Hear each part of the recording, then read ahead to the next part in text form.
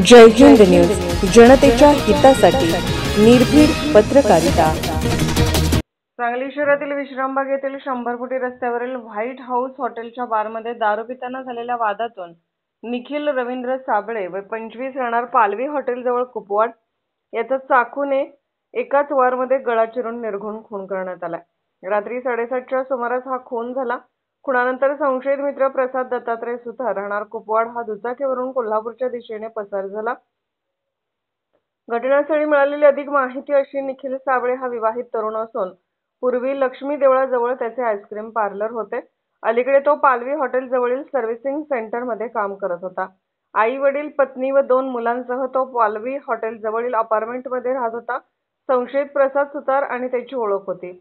प्रसाद सुतार याचे 100 फुटी रस्त्यावर व्हाईट हाऊस समोरच ओंकार सर्व्हिसिंग सेंटर आहे। सायंकाळी 7च्या सुमारास तो आणि प्रसाद व्हाईट हाऊसच्या पहिल्या मजल्यावरील बारमध्ये दारू पिण्यास आले होते। सायंकाळी बार सुरू झाल्यानंतर दोघांशिवाय कोणी ग्राहक नव्हते। दोघांनी कोपऱ्यातील टेबल समोर दारू पिण्यास सुरुवात केली। काही वेळातच त्यांच्यात वाद झाला। तेव्हा प्रसादने कमरेला लावलेला एका बाजूला दात्रे असलेला चाकू बाहेर काढला। निखिल याच्या गळ्यावर एकच वार केला।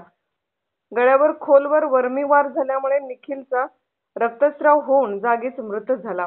खुनानंतर प्रसाद चाकू कोचवर टाकून बाहेर पडला। दुचाकी घेऊन थेट पळाला।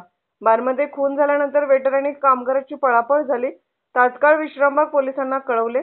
पोलीस निरीक्षक सुधीर भालेराव आणि पथक घटनास्थळी धावले। स्थानिक गुन्हे अन्वेषणचे पोलीस निरीक्षक सतीश शिंदे, सहाय्यक निरीक्षक पंकज पवार आणि पथकही दाखल झाले। उप-अधीक्षक प्रणिल गिल्डाही तात्काळ आले। मृताची ओळख तात्काळ पटली नाही, परंतु संशयित प्रसाद याचे हॉटेल समोरच सर्व्हिसिंग सेंटर असल्यामुळे त्याला काही जण ओळखत होते। त्याची माहिती काढत असताना मृताचे नाव निखिल साबळे असल्याचे समजले। पोलीस अधीक्षक संदीप घुगे यांनी घटनास्थळी भेट देऊन पोलिसांना तपासाबाबत सूचना दिल्या।